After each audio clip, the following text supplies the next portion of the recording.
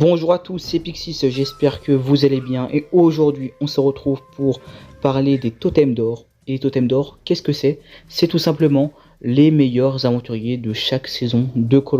Donc j'ai essayé de voir les 4S, également le fait qu'on l'a vu à l'écran, qu'il était divertissant, qu'il était intéressant et le fait qu'il a tout fait pour aller gagner la saison.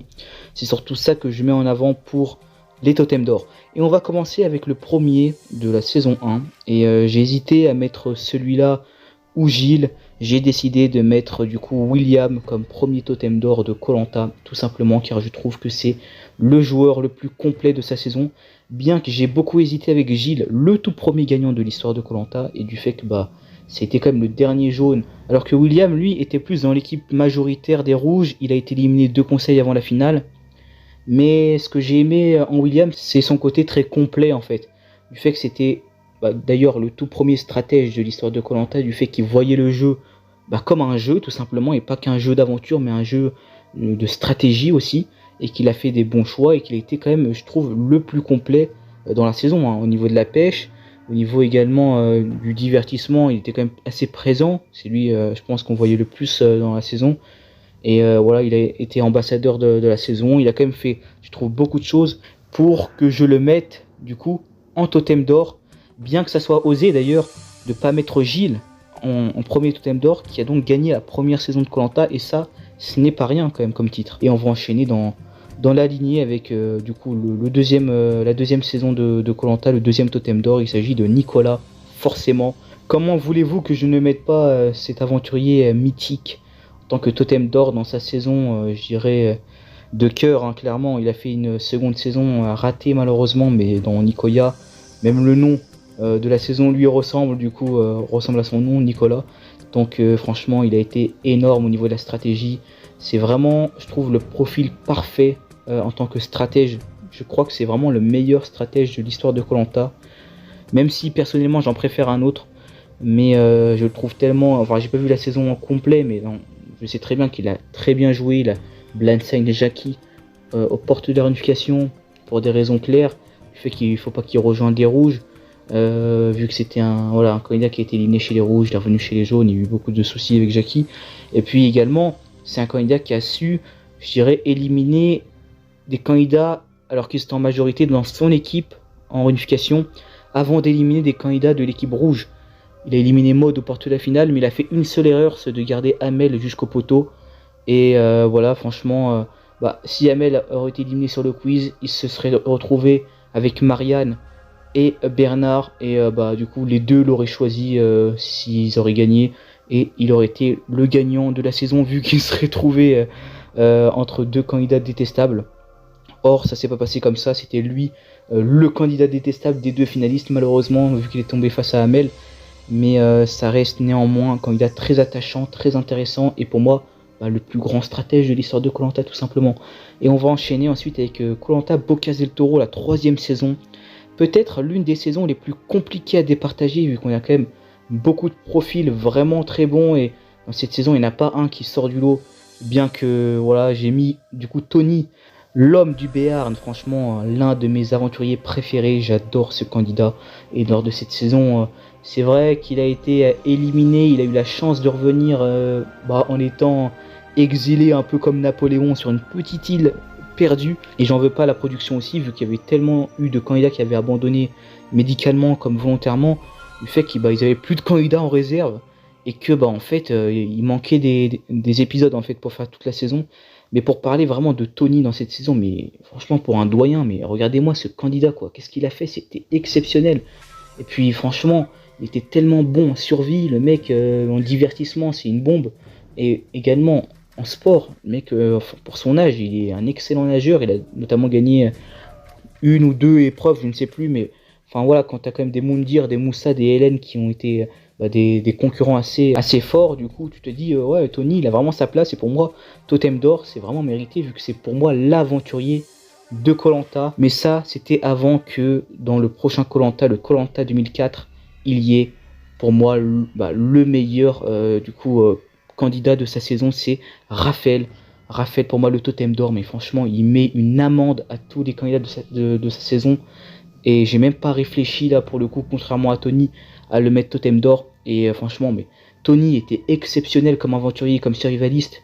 Mais franchement, quand tu regardes la saison de Raphaël, mais voilà, met une vitesse à Tony, mais c'est une dinguerie. Et j'adore Tony, hein. Je préfère même Tony en termes de personnalité, en termes d'attachement. J'ai préféré Tony, mais je suis obligé de reconnaître que Raphaël a été tellement exceptionnel dans ce koh et dans son seul koh d'ailleurs. Et voilà, il y a eu des problèmes avec un journaliste, et c'est vrai que voilà, il s'était beaucoup embrouillé avec la production et du fait qu'il est jamais revenu. Imaginez Raphaël revenir dans un All-Star, ça aurait été incroyable. Pour moi, le meilleur survivaliste.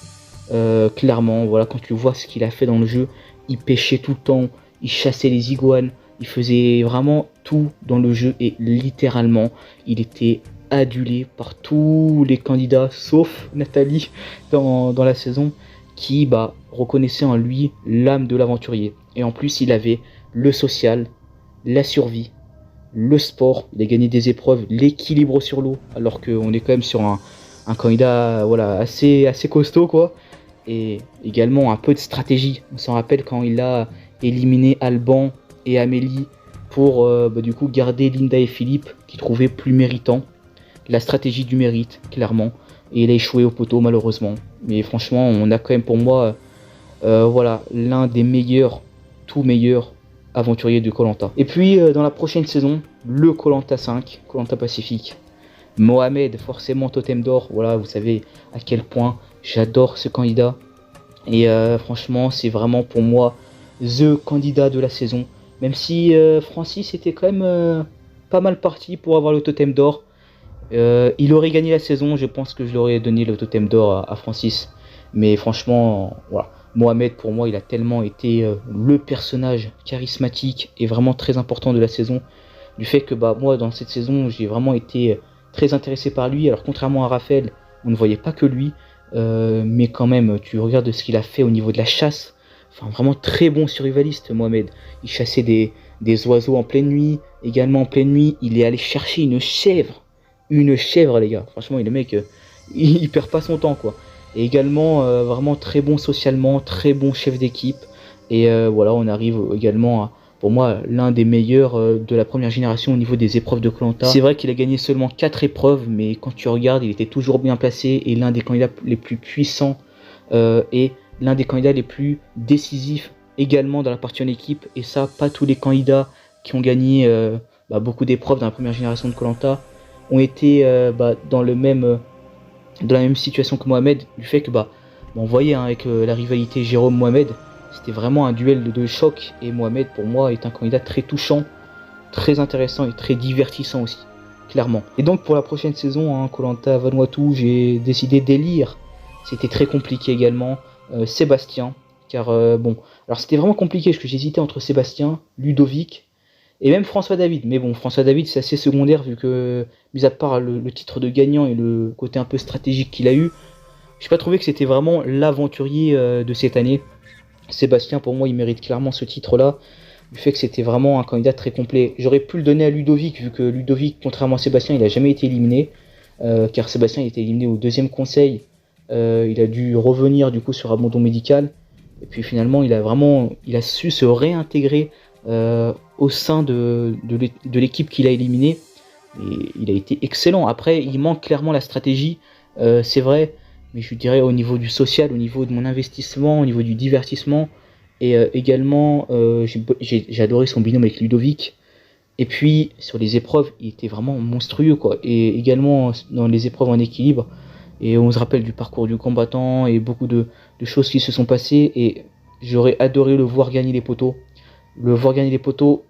Franchement, il aurait gagné la saison. Et là, ça aurait été pour moi vraiment l'un des tout meilleurs de l'histoire de koh. Or, il manque cette chose-là. Mais bon, voilà. Je trouve qu'il, contrairement à Ludovic, du coup, il a eu un palier en plus. Il est allé sur les poteaux. Mais c'était vraiment très serré, en tout cas. On va enchaîner ensuite avec, du coup, Jade. J'ai donné le totem d'or à Jade lors de koh Palawan, le koh 7. Forcément... voilà, c'était très compliqué vu que dans cette saison il y avait eu Grégoire aussi, mais bon, Grégoire est parti bien plus tôt, et Jade pour moi, la brindille incassable de koh Palawan, la belle aux yeux de braise comme Denis l'appelle. Et honnêtement, Franchement, mais qu'est-ce qu'elle est forte, hein, clairement. Elle a un mental, mais d'acier. L'une des candidates, pour moi, la candidate la plus forte de l'histoire de koh, la plus mythique. Tu te dis que quand même, sur les poteaux, elle a duré, je sais même pas combien de temps, mais elle a duré très longtemps face à une Marilyn. Et voilà, sur les paresseux, sur le koala dorsal, c'était vraiment des prestations. Tu te dis, ah ouais, franchement, Jade est vraiment une brindille incassable. Et c'est vraiment un surnom qui lui va bien, parce que franchement, tu te dis, avec son petit physique assez amaigri, tu te dis, putain, où elle va puiser cette force.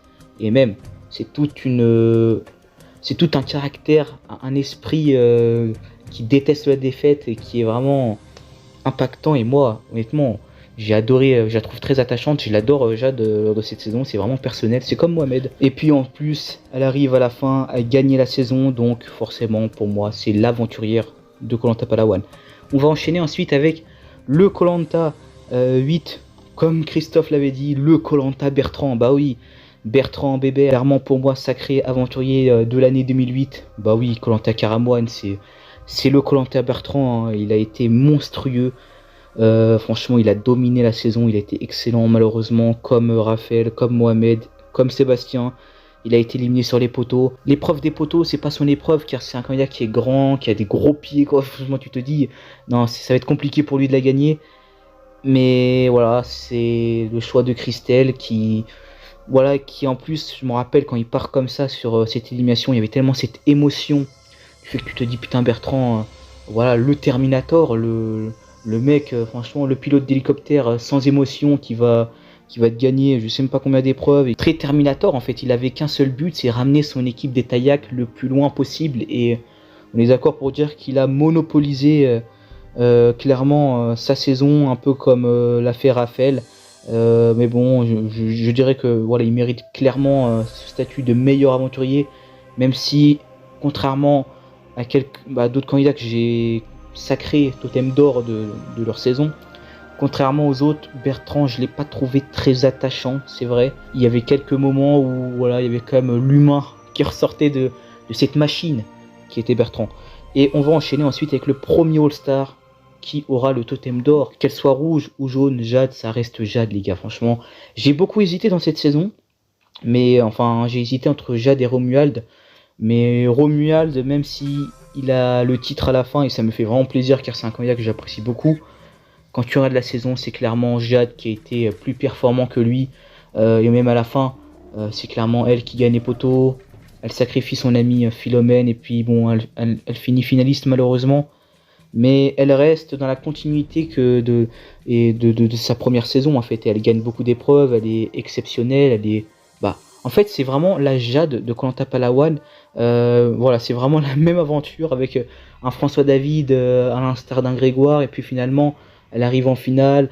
Et du coup, elle décide de trahir, un peu comme elle l'avait fait avec Patrick lors de koh Palawan. Cette fois-ci, elle le fait avec Philomène sur les poteaux. Mais cette fois-ci, ça ne termine pas sur une victoire. Mais je dirais que ça englobe des performances. Tu te dis quand même, cette femme, c'est quand même... Voilà, elle a quand même gagné 9 épreuves en tout dans koh. Si tu rajoutes tout ce qu'elle a gagné dans Palawan et dans le retour des héros, tu te dis, mais voilà, comment tu ne veux pas sacrer totem d'or Jade dans cette saison. Voilà, même si j'avais hésité avec Romuald, aussi avec François David, mais il est parti trop tôt à mon goût. Pour moi, le fait de rester longtemps dans l'aventure, ça compte quand même beaucoup pour être sacré totem d'or. Voilà, c'est pas rien quand même d'être sacré le meilleur aventurier de sa saison. Si t'as fait que la moitié du jeu, même si François David a tenu plus longtemps, c'est juste pour vous donner un exemple quoi. Mais voilà. Du coup, on va enchaîner ensuite avec le prochain candidat. Il s'agit de Patrick de koh Palao. Alors déjà que c'est l'un de mes candidats préférés, que j'adore ce type. Franchement, dans cette saison, mais il est exceptionnel. Alors là, il a pas eu trop de chance, même s'il a quand même réussi à être sacré totem d'or de sa saison. Mais franchement, koh Palao, c'est un puits de candidats tellement intéressants. Il y a eu beaucoup de candidats qui auraient pu être sacrés totem d'or. Voilà, il y avait Rodolphe, il y avait Christina, il y avait Isabelle à mon goût aussi. Mais bon, il y avait aussi Freddy, mais bon, il est parti assez tôt. Patrick, pour moi, c'est lui clairement qui tire son épingle du jeu parmi toute cette brochette de candidats impressionnants. Car franchement, il a joué tellement stratégique. C'est que comme Nicolas de la saison 2, mais d'une différente manière. Du fait qu'il a joué avec le sourire, il a joué avec la banane, avec les blagues et tout ça, et franchement ça rend Ça rend ce candidat tellement attachant, tellement divertissant. Peut-être le candidat le plus divertissant avec Tony dans tous les candidats qu'on a cités à présent.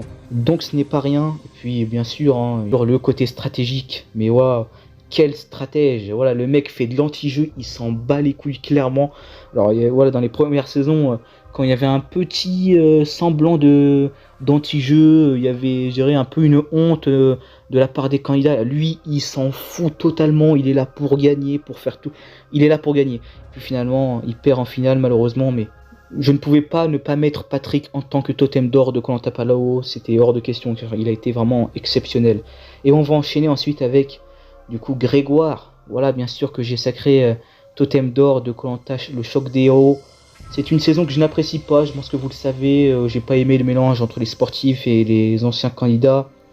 Mais voilà, franchement, Grégoire, c'était vraiment sa saison en fait. Et bon, je le mets totem d'or, c'est normal, parce que c'était la saison pour faire gagner Grégoire, clairement. Et il a, je dirais, chopé l'occasion. Et il a été exceptionnel, c'est quand même vrai. Hein. On parle souvent de la saison de Koh Lanta la légende, du fait que c'était une saison pour faire gagner Claude.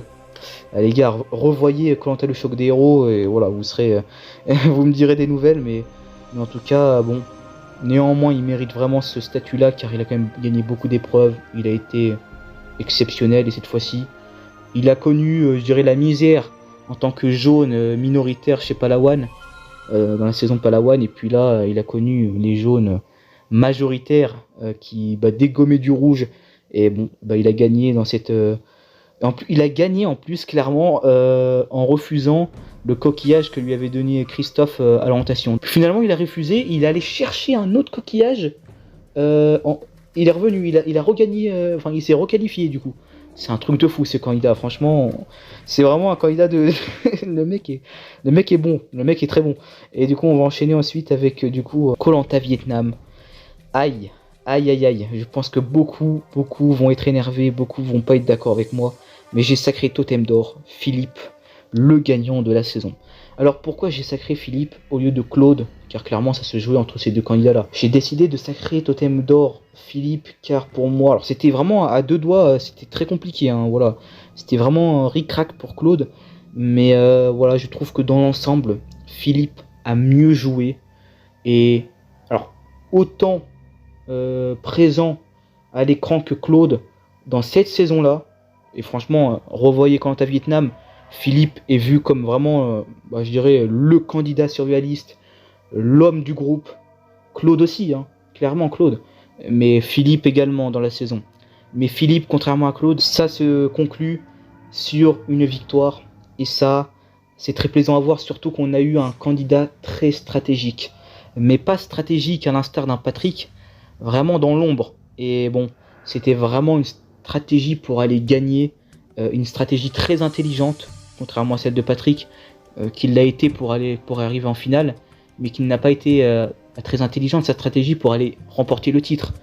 Contrairement à la stratégie de Philippe, qui a du coup choisi Claude pour arriver en finale et pour gagner face à lui. Et quand tu regardes l'ensemble de la saison, je vous assure, je trouve que Philippe est un meilleur aventurier que Claude. Et en plus, il gagne quand même pas mal d'épreuves. Hein. Mais dans la globalité, dans les 4S, dans tout ça, je donne ce totem d'or à Philippe. On va enchaîner ensuite avec la prochaine saison, Koh Lanta Rajampat. C'était très compliqué aussi, parce qu'on a eu deux candidats marquants avec une rivalité exceptionnelle. Mais pareil, même si Théora est légendaire et exceptionnel dans cette saison, il arrive même en finale, je vais sacrer meilleur aventurier de cette saison, Martin. Car je trouve qu'il a mieux joué, il a été plus complet, il a une storyline vraiment, je dirais, très divertissante. Hein. C'est vrai que c'est eu beaucoup de hauts, beaucoup de bas.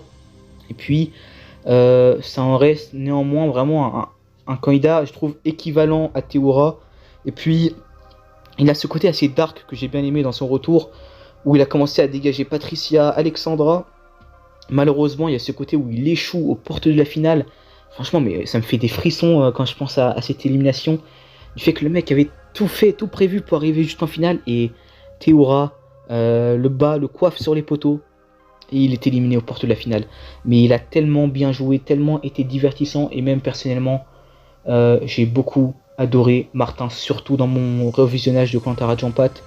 Dans mes revisionnages, hein, cette saison, je ne sais pas combien de fois je l'ai vu, mais quand j'étais plus petit, quand je regardais Koh-Lanta Rajampat en 2011, c'est vrai que j'ai préféré Théoura, mais voilà, franchement, je vais être objectif. Martin est vraiment bien meilleur dans cette saison. Et on va enchaîner ensuite avec Koh-Lanta, la revanche des héros. Vous allez me dire, t'as pas donné le sacre à Claude lors de Koh-Lanta Vietnam, de nuit lors de la revanche des héros. Et bah non les gars, désolé pour Claude, voilà, qui est d'ailleurs peut-être le meilleur aventurier de l'histoire de Koh-Lanta. Pour l'instant, il n'a pas de totem d'or, je vais le donner à Bertrand dans cette saison, qui, franchement, désolé, hein, mais ce parcours est tellement exceptionnel, et même dans cette saison, Claude est très bon, hein. Mais voilà, il gagne 4 épreuves. Bertrand, je crois qu'il en gagne 3 ou 2. Voilà, c'est pas loin. Claude n'était pas non plus, je dirais, au-dessus de Bertrand dans cette saison. Les deux étaient vraiment un binôme, alors qu'ils n'étaient pas dans la même équipe. Ils pêchaient vraiment souvent, ils étaient vraiment complémentaires. Et puis Bertrand, il y a le titre. Voilà, il arrive à gagner à la saison. Je sais, il y a le pacte financier, mais bon, Claude également est dans le pacte financier, du coup, ça serait assez compliqué de juger sur ça. Et du coup, voilà, je peux pas faire autrement que mettre Bertrand dans cette position-là, de le mettre en totem d'or tout simplement, car il était dans l'équipe minoritaire, trahi par Maud. Sa seule destinée dans la saison, normalement, c'est d'être éliminé voilà, dans les premiers, en plus, vu que c'était peut-être le plus fort après Freddy de son équipe.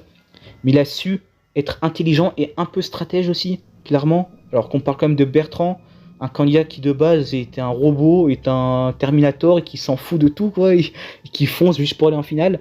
Et là, il a été très calculateur, quand je dis calculateur, c'est voilà, au niveau de son image. Il a vraiment géré son image pour aller gagner la saison. Et quand ça marche, il n'aurait pas gagné la saison, je pense que j'aurais sacré Claude. Mais là, cet aboutissement du fait qu'il gagne la saison à la fin, voilà, je peux pas faire autrement que de sacrer Bertrand, meilleur aventurier de Koh-Lanta, la revanche des héros. Et on va enchaîner ensuite avec Koh-Lanta Malaisie, et sans hésitation, je vais sacrer meilleur aventurier de cette saison, Phil. Forcément, Phil, exceptionnel ce candidat dans cette saison. Il était tellement divertissant. Alors, il y a quand même beaucoup de bons candidats dans cette saison. Il y a Hugo, il y a Brice également, qui ont été très bons.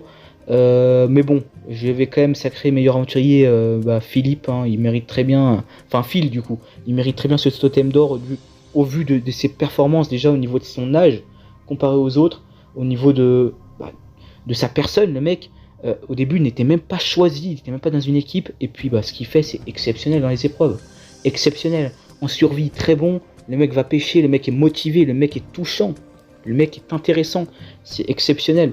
Et en plus, il y a ce côté vraiment très ovni de Phil, qui fait qu'il va en plein conseil surprise. Rappelez-vous, il y a eu une stratégie secrète entamée par Ravière et Brice pour éliminer je sais plus qui et tout. Enfin, le mec est fou, quoi. Et franchement, voilà, il donne son poignard à Vanessa, vu qu'il estime ne pas l'avoir mérité. Vous savez que je suis très client du bon jeu, et bon, pour moi il aurait dû garder ce poignard, bien que c'était quand même pas mal, il a vraiment volé vraiment de millimètres, et qui le rend assez légendaire aussi grâce à ça. Après, ce n'est pas que ça qui fait que je mets Philippe en tant que totem d'or de cette saison. On enchaîne ensuite avec Koh-Lanta, la nouvelle édition, et j'ai décidé de sacrer totem d'or Martin une nouvelle fois. Voilà, quand même 3 candidats qui ont été sacrés totem d'or 2 fois. On a eu Jade, Bertrand, et cette fois-ci on a Martin une nouvelle fois. Alors clairement là, j'ai pas eu d'hésitation, hein. Franchement, dans cette saison, il a été le plus bon, le plus fort au niveau de la pêche, au niveau de la stratégie également, au niveau du sport, au niveau du social. Malheureusement, il perd seulement, je crois qu'il était face à son pote Laurent, qui avait plus d'arguments pour gagner. Voilà, mais bon. Et puis voilà, Laurent, il était quand même, il avait quand même plus de soucis en dehors de l'émission, contrairement à Martin qui a quand même de l'argent, qui même dans son portrait, il était dans un avion, il pilotait un avion et tout. Enfin, on sait que c'est quelqu'un d'assez riche, du coup forcément cette victoire était, voilà, elle s'envolait clairement. Et en plus, bon, ce que je reproche, je dirais, à Martin, c'est de ne pas avoir choisi Phil pour la finale, et ça leur aurait fait gagner la saison. Après, il a choisi la loyauté envers Laurent, mais bon, Du coup, mais ça reste quand même le meilleur aventurier de cette saison. J'aurais préféré qu'il soit un peu plus joueur dans cette saison. Je le classe totem d'or de la nouvelle édition, mais je l'ai moins aimé quand même que dans sa première saison où il était un peu plus fougueux, un peu plus... il tentait un peu plus de choses. Là, c'est vrai que je l'ai beaucoup apprécié au vu de sa maturité, tout ça, au vu de ses exploits au niveau de la pêche avec Freddy dans son équipe rouge et tout. Mais c'est vrai qu'il n'était pas non plus à son prime, on va dire. Mais ça reste quand même pour moi le meilleur aventurier de cette saison. On va enchaîner ensuite avec koh Johor. Pour moi, il n'y a aucune hésitation. Le totem d'or de cette saison, c'est Marc, clairement. Il y a Chantal, il y a Bruno, mais Marc, voilà. Chantal et Bruno étaient dans l'équipe majoritaire. Marc dans l'équipe minoritaire. Marc, c'est celui qui fait le feu en moins de 2 minutes, je sais plus quoi, mais le mec pète le record du feu. Le mec est en danger dès le premier conseil, les gars. Et puis, au fur et à mesure, c'est l'histoire qui crée, je dirais, la folie de ce candidat. Il s'allie avec du coup Bruno et Chantal. Il arrive jusqu'en finale. Il a été stratège, il a été bon dans les épreuves, alors que le mec avait 40 ans passés. Il se battait contre des Sébastien, des Christophe, des Jeff, qui sont, voilà, pas dégueulasses physiquement, quoi. Et tu te dis que quand même, il a réussi à gagner quelques épreuves. Et puis même, il n'avait pas le social, c'est vrai, mais il avait la survie. Et même, il y avait ce côté, j'aimais bien avec Nessim, par exemple, où Nessim était son élève et Marc aimait bien, tu vois, faire apprendre la survie aux autres. Mais je trouvais que les autres étaient quand même ingrats envers ce candidat. On est quand même sur un candidat qui prie pour qu'il pleut et que le feu disparaisse, pour que lui survive et que les autres crevent de faim et crevent de froid et tout. On est quand même sur un sacré morceau de koh. Il n'est jamais revenu, un peu comme Raphaël, ça crée de lui encore plus une légende. Et contrairement à Raphaël, il a gagné. Attention. Du coup, c'est quand même pour moi assez gotheste. Bon, on va enchaîner ensuite avec un prochain GOAT de koh, hein, clairement. J'estime légitime qu'il soit du coup totem d'or de koh Thaïlande, c'est Pascal. Hein. Bien que je n'aime pas du tout cet aventurier au niveau de son comportement et personnellement, j'aurais été complètement subjectif, je l'aurais pas mis là, j'aurais pris Gabriel je pense. Ou même Karima. non, j'aurais pris Gabriel, je pense. Mais Pascal, voilà, un peu comme Marc, le mec était exceptionnel, quoi. Franchement, il était dans l'équipe minoritaire. Voilà, il avait sa grotte. Il avait vraiment ce côté divertissant, ce côté clash, ce côté stratège. Et oui, hein, bien sûr, c'est un stratège. Et puis il arrive jusqu'en finale. Il a fait tous les conseils du début à la fin, du premier au dernier. Il est passé par toutes les émotions, à abandonner, à éliminer Yu pour protéger son ami Lolo, et puis finalement, voilà, péter un câble quand Gabriel fouille son sac, pardonner Gabriel alors qu'il a fouillé son sac, il choisit Wendy, on se dit tous qu'il va se faire humilier en finale, le mec est à 2 ou 1 vote, je sais plus, de gagner face à Wendy, quoi. Enfin voilà, le mec, franchement, exceptionnel candidat, même si je suis pas fan du comportement, mais il faut reconnaître que là, on a quand même un sacré gros morceau de koh. Dommage qu'il ait eu également des problèmes avec la production. Mais bon, voilà, je n'ai pas peur de dire que Pascal est au rang de légende de koh. Là, on a dans koh l'île au trésor, pour moi, le totem d'or, c'est Benoît, clairement. Alors, certes, sa saison est assez compliquée à juger du fait qu'il a eu l'anneau d'or et du fait que c'était trop facile pour lui. Mais qu'est-ce que vous voulez que je vous dise? Pour moi, c'est le meilleur aventurier de sa saison. Je vais pas élire totem d'or Candice ou je ne sais, peut-être Freddy, non. Pour moi, ça a été le meilleur joueur, le meilleur dans tout.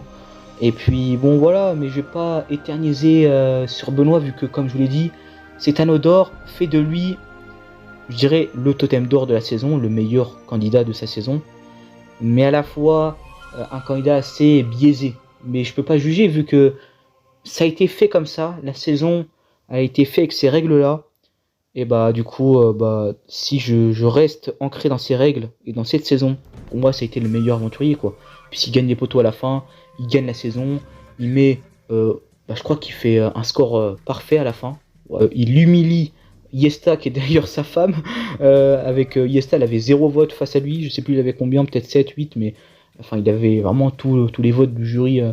Du coup, c'était quand même plutôt impressionnant. On est quand même sur un candidat qui a quand même survolé, un peu trop survolé sa saison, avec du coup le twist foireux de koh l'île au trésor.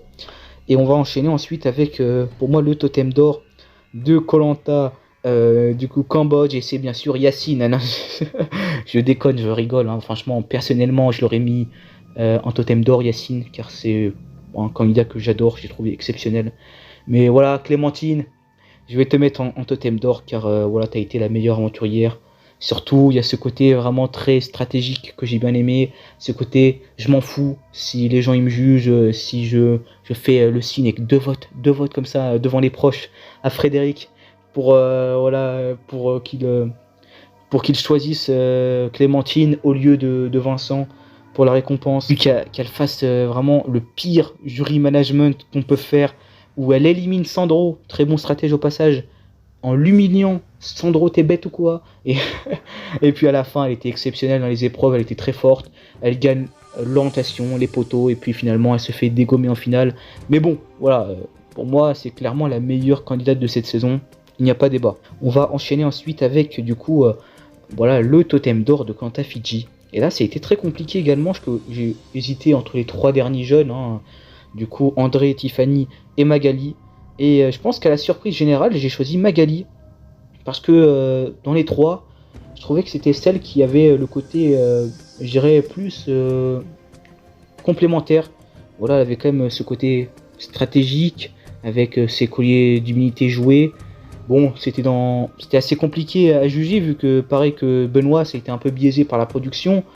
Mais bon, on va dire elle jouait avec les règles de sa saison. Et puis voilà, elle était assez stratégique, dans le social, très bonne au niveau social, très bonne au niveau du physique, au niveau du sport, au niveau des épreuves, et donc aussi très forte, non pas très forte, mais pas mauvaise au niveau de la survie. Donc voilà, ça arrive quand même à, pour moi, dans l'idée, la meilleure candidate. J'aurais choisi peut-être André, clairement c'était très compliqué, hein, mais j'ai préféré, je dirais peut-être Magali, et voilà, je trouvais qu'elle avait, comme je l'ai dit, un côté plus complémentaire que André par exemple, même si s'il n'aurait pas été démérité pour André de gagner ce sacre de totem d'or de sa saison. Donc voilà, c'était compliqué cette saison, hein. Franchement, ça aurait pu être André, Tiffany, Magali. Pour moi, ça aurait été la même chose. J'aurais pu même mettre les trois, mais il faut pas abuser. Pour moi, je fais le concept jusqu'au bout, hein. Il y en a juste un seul par saison. Voilà quoi, je suis pas ambigu, contrairement à koh, hein. Quand ils disent à la fin il n'en restera qu'un. Voilà, essayez d'être clair les gars. Petite balle perdue, hein, mais pour moi, j'en mets qu'un seul, c'est Magali, même si voilà, j'ai hésité avec André et Tiffany. On va enchaîner ensuite avec du coup le totem d'or de koh, le combat des héros. Ce fut pas très compliqué en vrai, je choisis Ravière.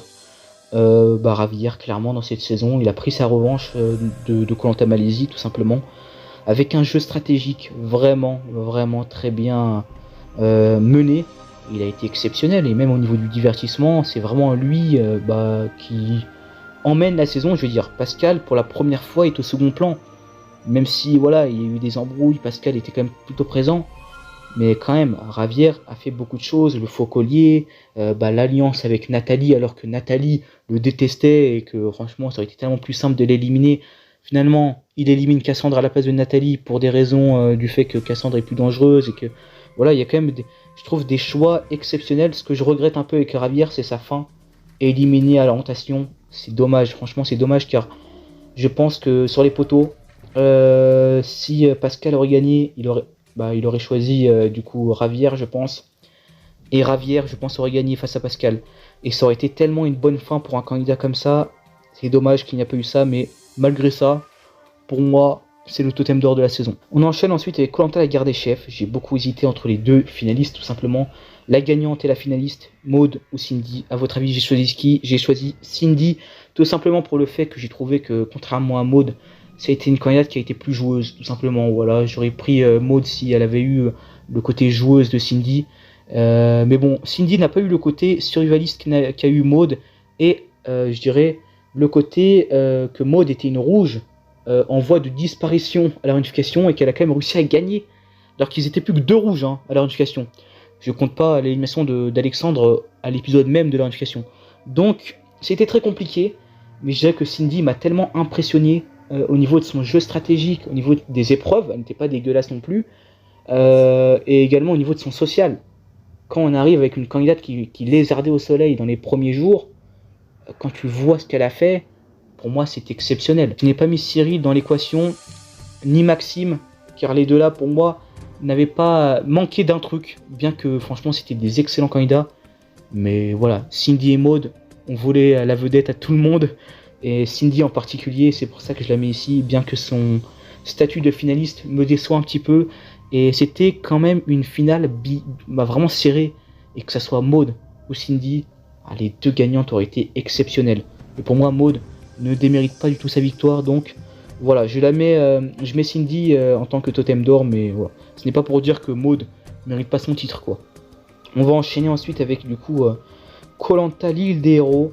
Rappelez-vous, hein, je pense que vous vous en souvenez, que c'est une saison qui a été assez médiatisée.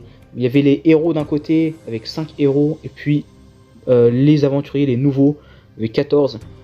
Franchement, c'est un peu le risque quand ils font des saisons comme ça, c'est que les héros prennent toute l'attention. Et clairement, là, le meilleur aventurier de cette saison, le totem d'or, forcément, c'est Claude. Claude qui a été exceptionnel. Voilà, il n'avait jamais été totem d'or. Pourtant, c'est le meilleur aventurier de l'histoire de Koh-Lanta. C'est un peu paradoxal.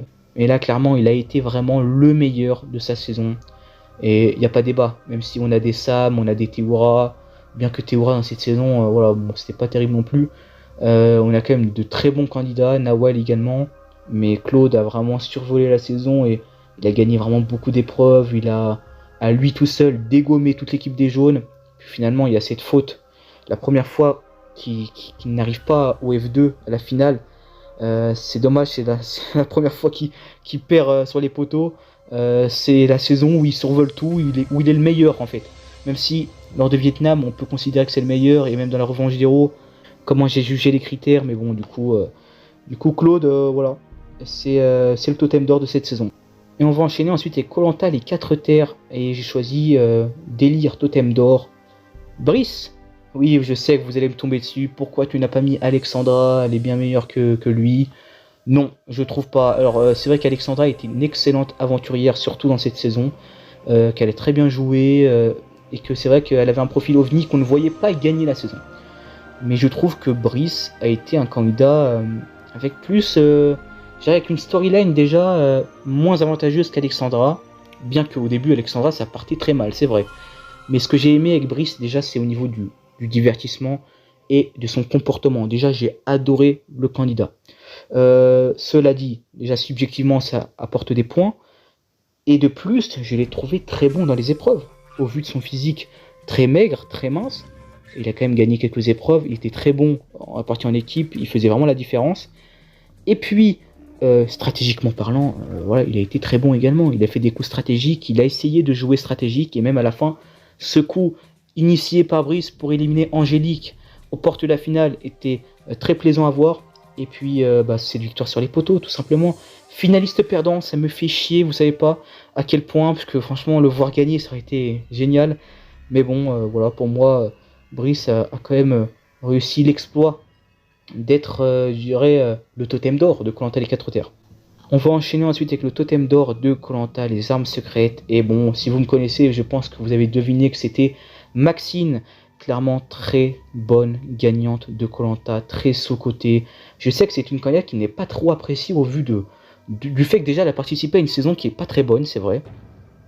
Et que c'est vrai que voilà, c'est pas non plus une candidate qui est très attachante et qui, je pense, ait fait des choses pour qu'on l'apprécie, vu que voilà, au début du jeu, elle a quand même foutu un gros poignard dans le dos de Candice. Mais c'est ce que j'aime bien avec Maxine.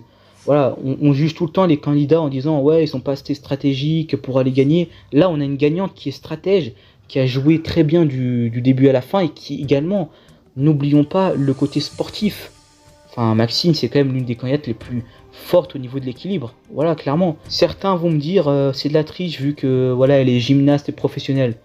Excusez-moi les gars, quand c'est d'autres candidats qui ont des professions, Chantal, ancienne boxeuse et tout, là c'est plus la même chose. Non. Voilà, il faut essayer de voir plus loin avec Maxine. Excellente candidate, pour moi totem d'or. Et même au niveau du social, voilà, elle était très bonne. Elle a quand même réussi également à se mettre sous la main, du coup, Lucie, une candidate de l'équipe jaune. Je pouvais pas mettre quelqu'un d'autre en ce statut de totem d'or, tout simplement. Et on va enchaîner ensuite avec la saison, la légende, les légendes, des légendes. Alors j'aurais pu faire le choix de ne mettre personne, voilà, de se dire, ah bah, il y a eu de la triche, tout ça, je vais mettre aucun candidat en tant que totem d'or. Ça m'aurait fait chier pour moi parce que j'ai vraiment envie de faire les 30 saisons. Il y a une statistique à la fin de la vidéo dont j'avais vraiment envie de vous parler parce que ça m'intéresse. D'ailleurs, restez jusqu'à la fin de la vidéo, je vous dirai c'est quoi voilà, la statistique tant attendue. Mais voilà, bon, j'ai choisi de mettre totem d'or Hugo, choix pas très risqué. Claude, j'aurais adoré le mettre totem d'or, ça aurait été excellent pour lui parce que vraiment, quand tu regardes la saison, même si c'était facile pour lui, vous avez vu Grégoire, avec Grégoire, je l'ai mis totem d'or, même si la saison était faite pour qu'il gagne. J'aurais fait pareil pour Claude.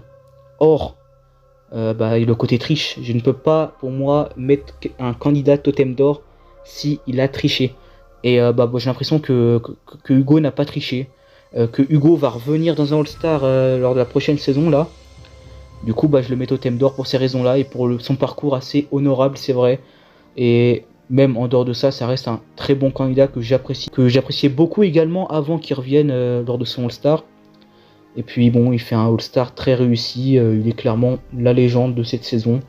Perso, je suis un peu déçu que ça soit pas le soi-disant gagnant. D'ailleurs, il n'y en a aucun gagnant de cette saison, qui est donc censé être Claude, qui pour moi méritait ce totem d'or. Car il a bien joué, car ça aurait été mérité, mais voilà, il fallait pas tricher. C'est dommage, hein, franchement ça me fait chier, mais bon. Voilà, Hugo, le parcours est là, même si tu as été éliminé 3 fois quand même. Bon, tu as quand même bien joué et pas triché. C'est pour ça que je le juge et que je le mets totem d'or. On va enchaîner ensuite avec koh le totem maudit. Bon, voilà, clairement, là, pour moi, le totem d'or de cette saison, c'est François. Forcément, François, mais qu'est-ce qu'il était excellent dans cette saison. Et en plus, il gagne à la fin. Le mec gagne à la fin. Ça faisait vraiment plaisir de voir pour moi l'un de mes candidats préférés de la saison gagner. C'était vraiment tellement rare. Je crois que c'était jamais arrivé, hein, en fait. C'était jamais arrivé en direct que je vois mon favori gagner. Je crois. Hein. Je suis pas sûr. Peut-être que je me trompe, mais voilà, comme ça, là, franchement, c'était vraiment exceptionnel. Et en plus, là, franchement, il a tellement bien joué. Il a vraiment les 4S. Il est vraiment l'image de cette saison. Ce qui me déçoit un peu, c'est comme Jade. Il a gagné ex-aequo. Mais voilà, il a été très stratégique. D'ailleurs, je ne m'attendais pas du tout à qu'il joue stratégique au vu de son profil. Très physique, très leader d'équipe.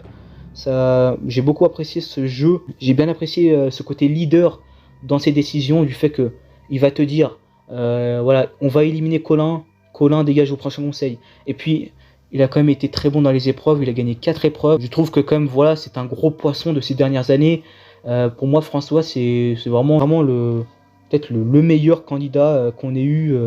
Ou non, l'un des meilleurs, je pense, objectivement. L'un des meilleurs candidats qu'on ait eu ces dernières années, clairement. Car pour moi, le meilleur candidat qu'on ait eu ces dernières années, bah, c'est clairement Frédéric. Frédéric de koh le feu sacré que je suis obligé de mettre totem d'or. Il a tellement bien joué pour arriver jusqu'au bout que franchement, c'est pour moi l'un des meilleurs gagnants de l'histoire de koh. Car franchement, quand tu retraces son aventure, c'est vraiment un candidat qui a vraiment joué avec ses armes. Au début, il était dans une équipe qui gagnait tout. Puis finalement, il a eu ce revirement avec du coup le swap et il s'est retrouvé en minorité chez une équipe du coup des rouges en majorité. Lui, Clémence, des anciens jaunes, était en minorité. Il a vraiment joué stratégique pour s'en sortir déjà avant la réunification. Et puis le meilleur est à venir, clairement. On a bien vu que c'était vraiment l'un des plus forts stratégiquement et que c'était vraiment la grosse tête du groupe. Et vraiment, ça m'a vraiment étonné car quand j'ai vu le candidat au début de la saison, je m'attendais vraiment pas à qu'il joue comme ça. Et puis même dans les épreuves, il était vraiment très bon. Il a gagné la dernière immunité avant la finale. Et je pense que s'il n'avait pas gagné cette immunité-là, il aurait été éliminé sur le blind sign de Quentin, qui aurait été un blind sign de Frédéric au porte de la finale s'il n'avait pas gagné le totem. Et franchement, quand tu regardes l'aboutissement de la saison et ce choix final, voilà, il aurait pu choisir Nicolas, mais il a vraiment joué stratégique jusqu'au bout pour aller chercher cette victoire finale. Clairement, ça c'est vraiment du beau jeu, mais ça fait vraiment plaisir à voir, quoi. Et en plus, je l'ai trouvé très attachant, très intéressant, très divertissant, avec un groupe que j'aimais bien, avec Nicolas, Quentin. Bon, Quentin, j'aimais pas trop, mais en tout cas, il est dans un groupe vraiment très solide. Et puis, franchement, c'est très satisfaisant de voir ce genre de candidat aller au bout, quoi. Et puis on va arriver du coup au dernier totem d'or. Et puis c'est du coup de la dernière saison koh les chasseurs d'immunité. J'ai donc Ellie, du coup Amri comme totem d'or. Pour moi franchement excellent aventurier. Pareil que Frédéric, pareil que François. Malheureusement pour lui, il lui manque le titre, la victoire finale. Regardez-moi ces 3 derniers totems d'or. Ils sont excellents et ça représente très bien, je dirais, la nouvelle génération de saison de koh. Et on espère que ça continuera comme ça, car là, franchement, c'est vraiment des excellentes saisons selon moi. Et puis Amri, franchement, mais quel joueur! Quel joueur! Je m'attendais vraiment pas qu'il joue de cette manière-là. Franchement, il a tellement, je dirais, retourné le game avec Maïssa. Il était en infériorité numérique à leur unification. Ils étaient que 4 jaunes, je crois, ou 5, je sais plus. Mais en tout cas, ils ont vraiment retourné la situation. Et c'est surtout Amri qui était à l'initiative de ça, en fait. Car il était vraiment...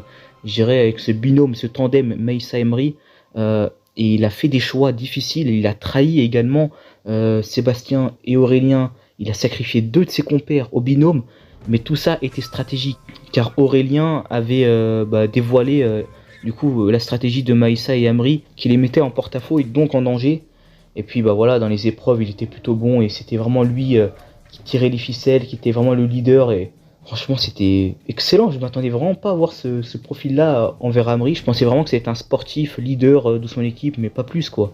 Et là, j'ai vu un joueur, un excellent candidat, mais il faut revoir dans un All-Star. Et c'est un truc de fou ce qu'il a fait, ce candidat. Et puis, cette trahison, cette deuxième trahison aux portes de la finale, pour Sébastien, c'est vrai que beaucoup ragent sur ça envers Amri, mais c'était nécessaire. Il avait pas d'autre choix de faire ça pour sauver sa peau, clairement, puis pour avoir plus de chances d'aller au bout.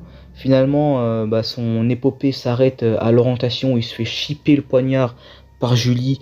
J'avais vraiment cette élimination en travers de la gorge, ça m'avait vraiment énervé, quoi. C'était vraiment un joueur de qualité et une aventure qui nous a pondu vraiment exceptionnel. J'aurais pu mettre Totem d'Or Maïssa, qui a une fin d'aventure avec du coup en étant finaliste, et également le fait qu'il a gagné aussi les dernières immunités. Mais j'ai quand même mis Amri en tant que Totem d'Or, vu que dans la globalité c'est vraiment lui du début à la fin qui a vraiment le mieux joué. D'ailleurs, même avant l'unification, il était quand même dans les prémices de l'alliance. J'ai bien aimé sa supériorité au niveau du montage, du fait qu'on voyait que lui. Je sais que ça a beaucoup agacé, mais je pense que c'est vraiment une preuve du fait qu'il fait beaucoup de choses dans cette saison, en fait. Du coup, la statistique dont je vous parlais tout à l'heure et que j'avais envie de faire, qui était plutôt marrante, c'est de savoir si ce sont les jaunes les meilleurs, ou les rouges, ou les bleus. Bon, les bleus, il n'y a que Cindy qui représente les bleus, donc voilà, que une bleue du coup dans les totems d'or. Mais est-ce que les candidats rouges sont en majorité mieux, selon moi, ou les jaunes? Et croyez-moi ou non, c'est égalité. Voilà, égalité. 14 jaunes, 14 rouges. Franchement, on dirait que c'est fait exprès, mais je vous assure, hein, comptez. Et on a du coup Cindy qui est bleu, du coup, et Hugo qui n'a jamais eu de couleur, du coup. Il a été blanc, voilà, il a jamais eu de couleur, clairement, il a jamais été rouge, jamais été jaune dans koh la légende. Donc voilà. Les rouges et les jaunes sont égalité, je trouve que c'est quand même une belle fin. Je m'attendais pas du tout à ça, hein. Franchement j'ai découvert ça quand j'ai commencé à les compter, c'était quand même plutôt drôle. Et aussi je me suis basé aussi pour les candidats, vous allez me dire, qui ont changé de couleur. Je me suis basé sur leur couleur d'origine ou leurs couleurs les plus marquantes en général. Du coup voilà. Après voilà, du coup j'espère que vous avez apprécié cette vidéo. Moi c'était vraiment un plaisir de vous la faire. Du coup moi je vous retrouve très bientôt pour une prochaine vidéo à thème. Et puis on se retrouvera, j'espère, à très bientôt aussi pour la suite de notre ultime tier list, l'épisode 4, l'épisode avant l'épisode final. Voilà, et il y a encore 2 épisodes pour l'aboutissement de cette ultime tier list. Allez, moi c'était un plaisir, moi je vous dis à la prochaine pour de prochaines vidéos. Allez, salut!